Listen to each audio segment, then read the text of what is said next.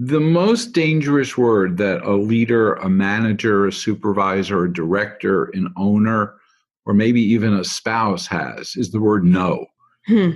It is amazing how easy it is for us to just say no. And we say no with our words, we say no with our body language. And if you switch that around to ask a how rather than a no, so somebody gives you an idea and it's you, it's crazy. We couldn't afford it. It would never work. And if I just say no, I'm not going to get another good idea from that person.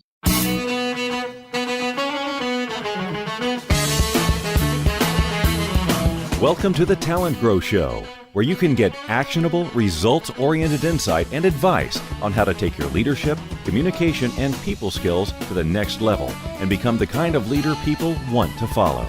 And now, your host and leadership development strategist, Halelly Azulay. Welcome back, talent growers. Do you have your party hats on? I do, because it's episode 100. I can't believe this journey so far has been so amazing. I still remember when I first got started, I didn't even have a podcast. And a friend and colleague of mine, Esprit Devora, told me, just schedule 3 interviews. Don't worry about the rest. It'll fall into place. And she was so right. I didn't even know which of those 3 would be the premiere episode. It turned out to be the one with Scott Ablen. Episode 1 was about how not to be overworked and overwhelmed. And now we are here at episode 100. It's been over 3 years and a wonderful journey of learning for me and sharing learning with you. And I hope that you've gotten lots of value if you've been along for the ride during this time. And if you're brand new, welcome. I can't wait to share more actionable leadership insights with you in the future so that you and those you care about can become the kind of leader people want to follow. So thank you for listening and following along. And here's to another 100 episodes and more. And now to our regularly scheduled programming. This episode 100, features Elliott Masie. He's an interesting guest. He's world-renowned in the world of learning. He's an expert. He holds huge conferences that people attend from all over the world every year. And he really knows a lot about the world of learning and employee development. And that's one of the topics we discuss. But we also talk about how he has a very interesting multi-career path. He's doing multiple things at the same time and very successfully in multiple different arenas, different streams that are very different one from the other. And that fascinates me. So we talk about how to do that. And he shares interesting insights that you can put into action right away about how, as a leader, you can support learning on the part of your employees and create employees that come to work passionate and engaged and high performing. We all want that. So I hope that you find this as interesting and actionable as I always do. I'm Halelly Azulay, your leadership development strategist here at TalentGrow, and this is episode 100 of the TalentGrow Show. Here we go.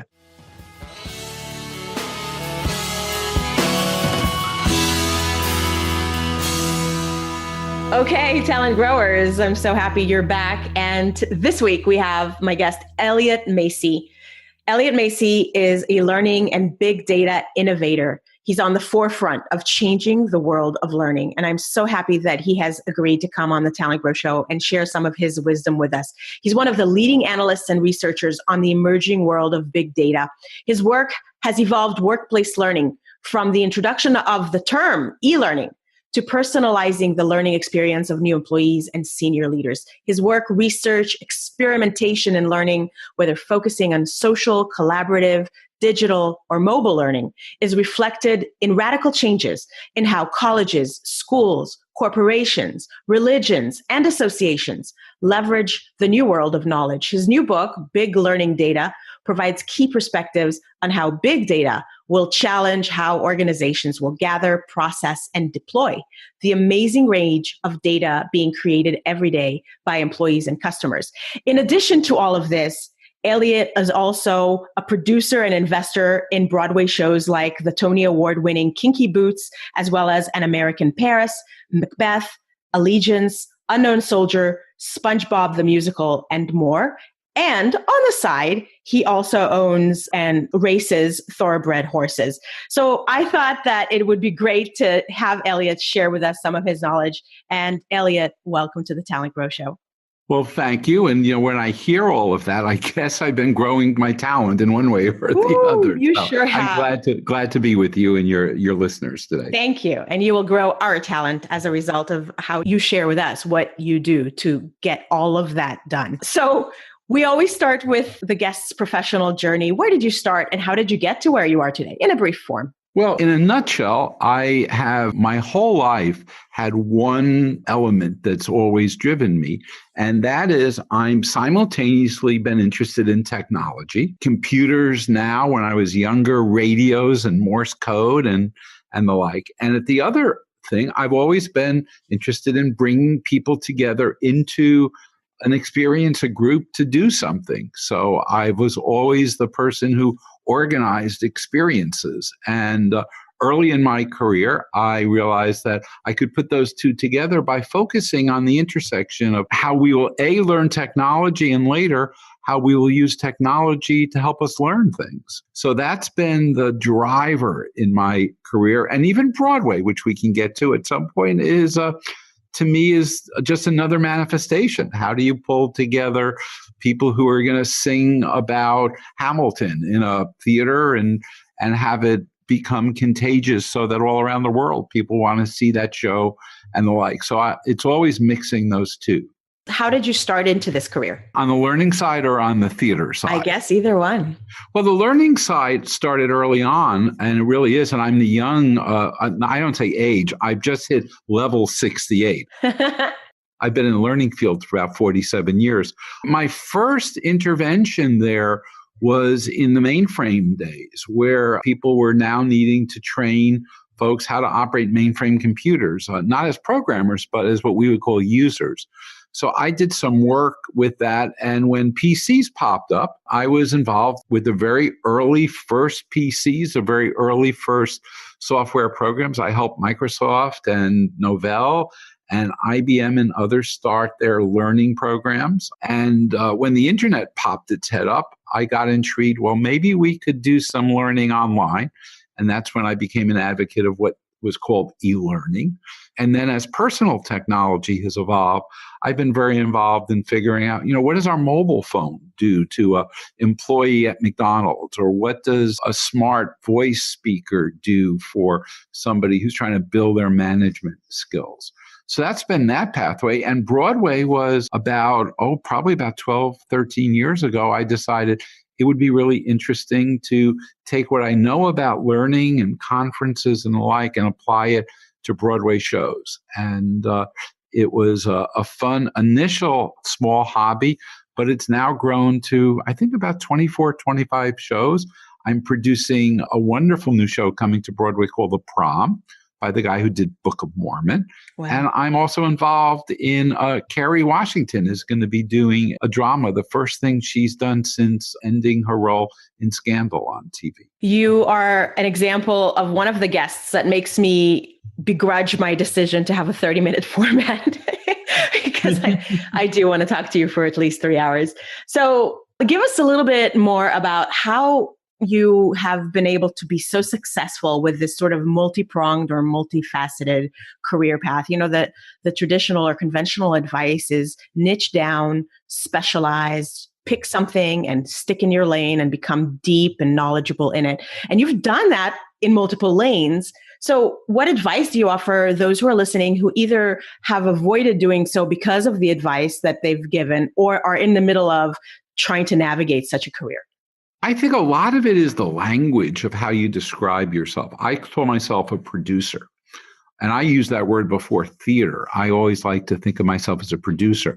I think of myself as an entrepreneur. I think people can be entrepreneurs even if they're working for the same company on salary for many years. And I also am project-based.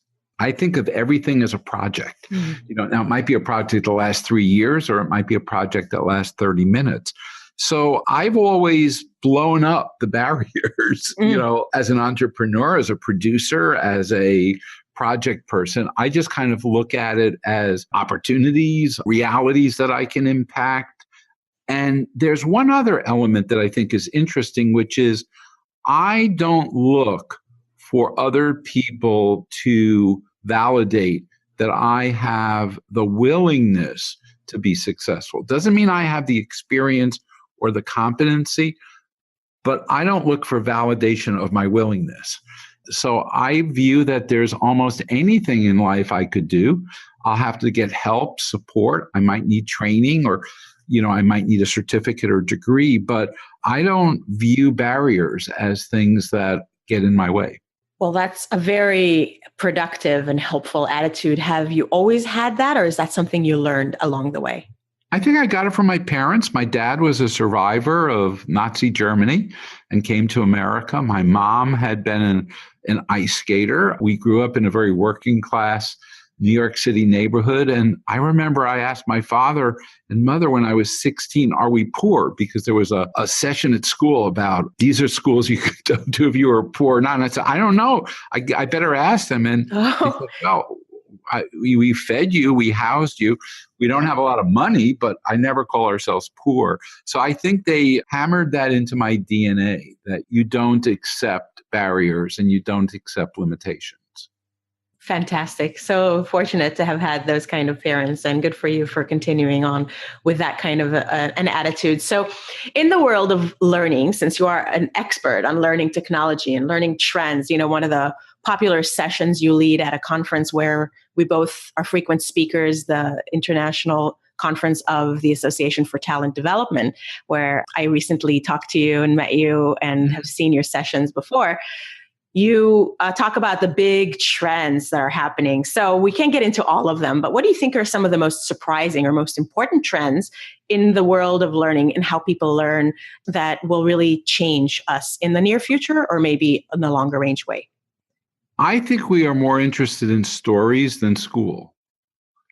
I think people are listening to a podcast like this because they want a story. They want to hear a story. And I think a story that's comes from an interview between two people is often a rich story. I don't think we want to go always to school in a traditional sense, even traditional classes. Many of the major organizations are changing their format. NBC Universal now runs labs rather than classes. And a lab doesn't have a projector in the front of the room. It has tables where people work on things. I think another phenomena is that people are not memorizing anything anymore. They don't memorize. As long as I can click and find it, do I need to store it? And that may be depressing for some folks, but I think the functional reality is we get navigational or familiarization memory, not memorized memory. And so that changes a lot about how we're learning. And the third piece that really turns me on is curiosity. I think learning is a biological reaction to when we're curious about something. And we now live in a world where we walk around, most of us with devices, we touch a piece of glass and have our curiosity started to be fulfilled about what that was or what's that called or how do you do X, Y, or Z. So those are some of the trends that are happening. And those are also bluntly challenges because it's disruptive to the traditional way in which we thought about learning. Yeah. So what are some of the things we can do, right now to help us bridge between what we were used to in the past and helping learners in that kind of a new reality? One of the first things is remember that people, if you're in the HR business field, the people who work for you are overwhelmed with too many choices around what they could read, watch, discuss, or think about. So one of the things we have to do, there's a fancy word called curation, is we need to help our employees optimize and organize what is it they're going to learn. And very often people, I know if I sent you an email with 10 links to video, my bet is you might not click any of them because 10's a lot. And how do you figure it out? If I sent you one with 1 or 2, you might be more likely. So I think we have to do a better job of recommending and optimizing. The other piece that we need to do is to realize that people want, as they learn, to try things. They want to learn by doing. And that's why the word lab comes to mind. And the weird part is they actually don't mind failing on their way to success. make it rigorous. Give us an opportunity to try it and fail. I actually think we're at risk that we've dumbed down a lot of our educational institutions. They're not as rigorous anymore. And I hope we don't dumb down our own learning processes on the way to skills and competencies. A lot of people like to blame mobile technology and devices for that, that and what you were talking about earlier, that people can easily look up things and therefore they may not be as motivated to learn them deeply because they think that there's just sort of something that's just going to fill in the blanks whenever necessary. So do you agree with that, or how do you see it? Well, there's this level of, I go back to that word, curiosity. And when curiosity works really, really well, it's also a friend of something I call rigor, where you're not only being curious, but you're being rigorous about how you're approaching it. I think if we have that, and if we have an opportunity for people to dive deeper into things, then I'm not so worried about, that it's superficial. Because, when you see somebody who's curious about something, they got tickets to go to a show, or they now have a new project, or they hear a rumor that a company is buying their employer. Boy, they're not superficial in their learning. They dive deep to prepare for that. So I think the willingness is there if we create and sustain a culture that has both curiosity and rigor. That's interesting. Yes, because otherwise it's very shallow and you become just very minimally knowledgeable in a lot of different areas rather than specialized. This kind of comes back to what you were doing in your career. You are specialized, highly specialized, but in not just one, So I think, talking about how you see this through the lens of a producer, and that's sort of the unifying skill set or activity that guides you being involved in all of these different things. In a sense, that's a curation. Like you're a producer, you curate events and experiences through these different venues. Right. And if you're passionate as a producer, then your first skill is to realize that other people know it way better than you do. So, most of the time as a producer, you're finding and enticing and contracting or bringing in people who have expertise that you don't have.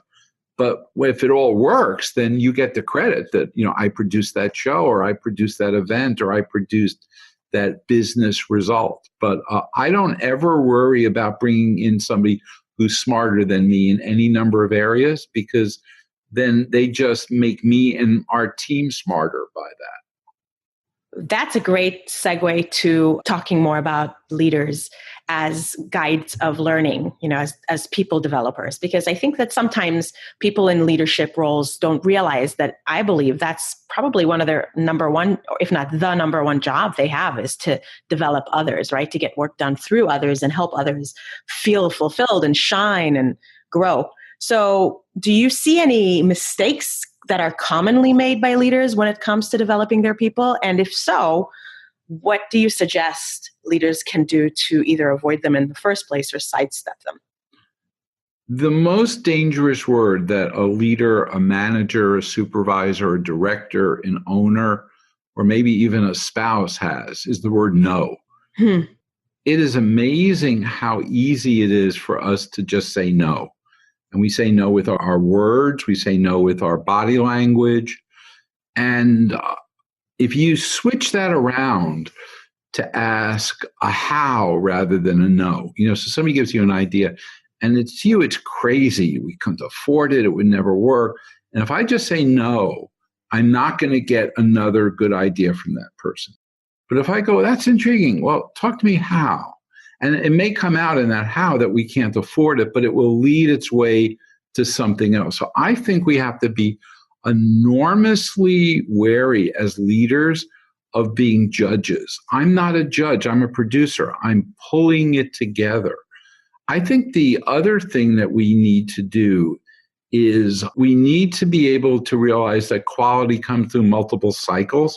So right now I'm involved in a small way. I'm producing a show called The Share Show in Chicago. And I'll say it very publicly. We're in early previews, and I went out to it. And boy, there were a lot of things that I felt needed work. Now, I have a lot of confidence. It's a great team. Cher herself is on the team, although she has actresses playing her.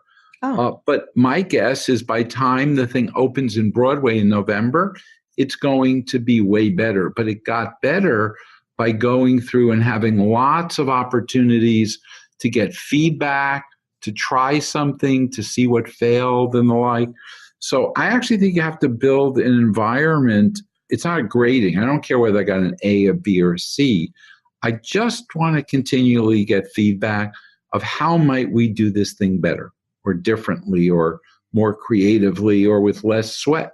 Regular listeners of the show know that sometimes I put on the dreaded devil's advocate hat, only because in my work of speaking at conferences and facilitating workshops within organizations, I encounter many devil's advocate, the people who will say the yeah, but, and if they're listening, if that pops up in their mind, I want to try to help them get over it. So with my devil's advocate hat as a public service, people say, well, we have work to do. We have the main thing. We have our main goals to accomplish. We only have so much time. We only have so much money. And so every time an employee comes to me with some kind of an idea that's really, lovely and creative, but it's extraneous to the core of what we're supposed to do, or I'm worried that it'll cause them to become sidetracked or waste their time from being able to achieve their main goals, I don't want to just tell them, go ahead and do it. What do you say to them?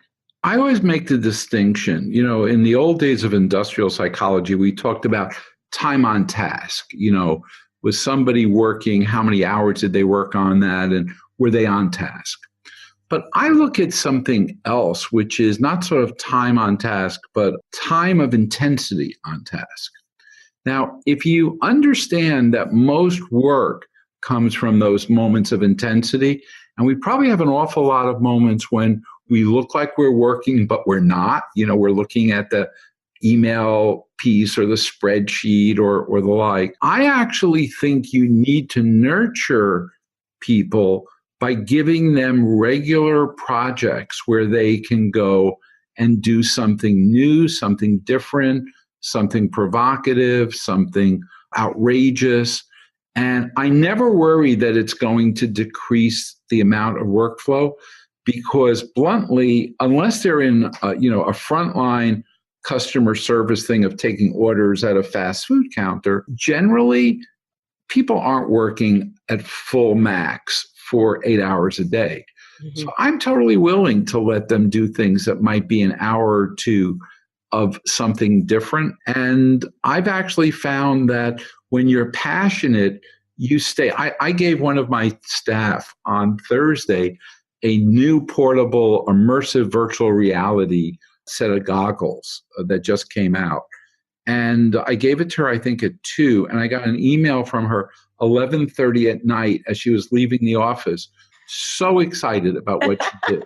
Now, I'm not saying my goal is that every person stay to 11:30, but build a culture where that happens occasionally. And not only is it okay, but it's validating that you're giving them the right mix of things. Yeah. Oh, that's so important. And, when people are doing something that they're passionate about in their job, they're obviously much more engaged in their job. They're appreciative of you as a leader and of the organization that allows this for them to happen. I think it creates greater loyalty, greater retention, and a better morale and a better brand for the organization. I think it just raises everything up. Yep, totally agree with you.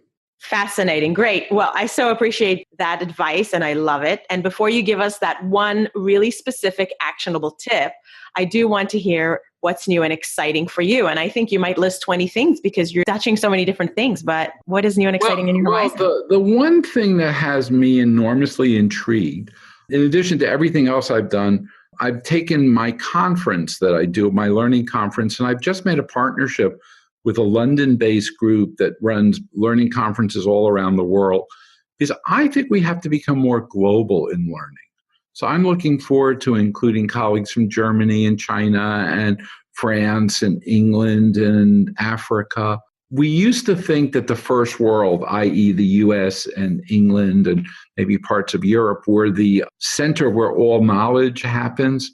But the more I travel around the world, the more I am excited to see, in Cape Town, South Africa, how are they doing learning? What's happening in Netherlands in music education at a high school level? Like, I think innovation and learning is happening worldwide. So I made an enormous career decision to partner and shift a lot of my work about our own learning conference, but to really start to look at learning more globally. And I approach that not as a learning leader, but as a learner about learning. I can't wait. I'm going to Rwanda as part of this, to e-learning Africa. I can't wait to learn from 1,000 people in Africa what they're doing with mobile devices to do e-learning in street-based markets in Africa. So that's the big project I'm doing right now in the learning world. Congratulations. I saw that in the news. That's amazing and so exciting. And you're right. It is a smaller world and learning is happening everywhere in so many different ways. What is one specific action that our listeners can take to help grow them, either as learners or as leaders of learners in their career, whichever angle you'd like to take? I believe in chapters. That's why I say I'm level 68, and I've got some chapters that I'm excited about. And chapters mean that you're doing what you're doing, and you can imagine more chapters. And now I'll have chapters until it's time to, transport to a different galaxy. I think what we have to do as we go through those chapters is, first of all, prepare for the next chapter while we're in the now chapter. So I think it's always good to think about what's something else I want to do. I think if you can get along the way some type of badge or certification, it might be formally go out and get a doctorate. I work on a program at Wharton and UPenn.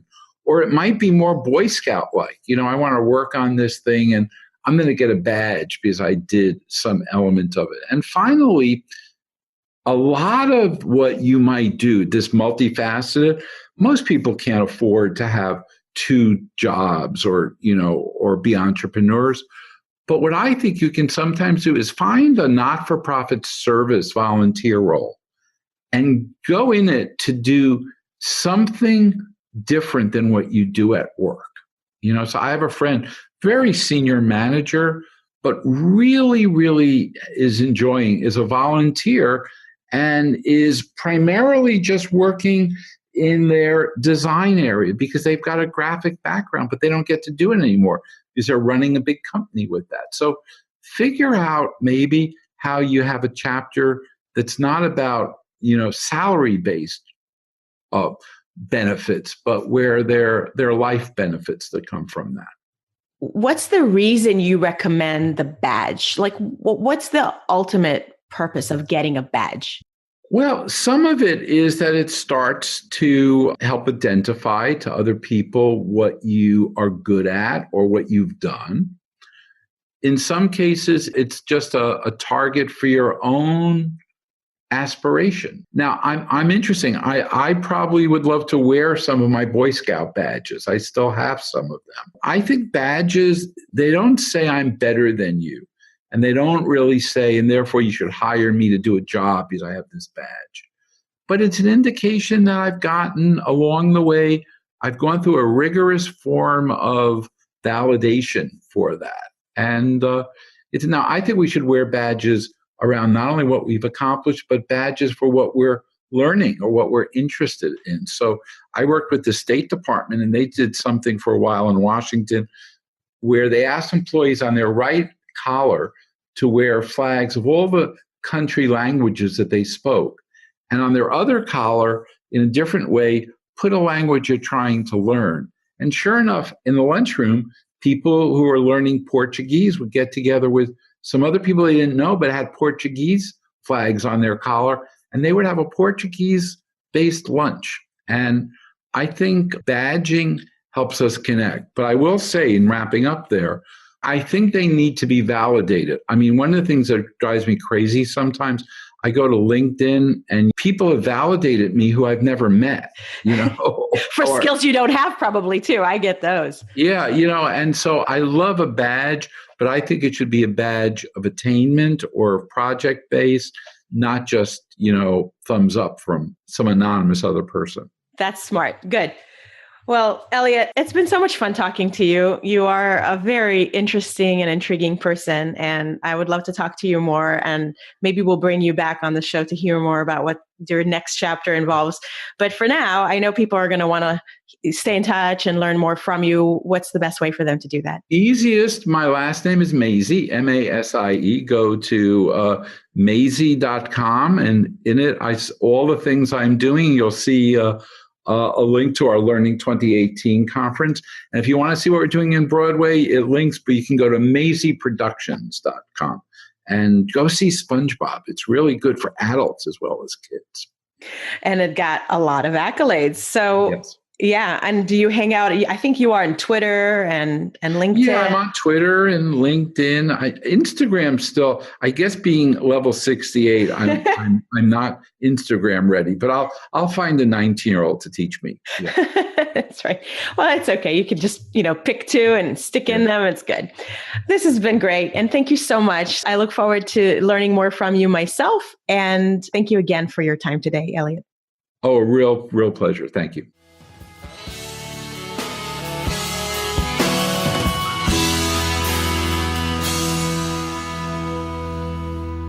Isn't he a fascinating guy? I just love his story and I love what he's doing. And he's really making such a positive impact on the world by charting his own path and being a leader. So thank you, Elliott, for coming on the show. I appreciate you so much. And thank you for listening. I hope that you enjoyed this episode. As you know, I always welcome your feedback, your requests, your comments, or anything else that you want to say. We'll link to resources that were mentioned in the show notes page, which is on my website, talentgrow.com. And that's also where you can leave comments. You can leave a voice message or anything else that you'd like to do to get in touch with me.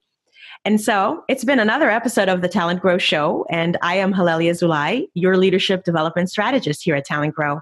Until the next time, make today great.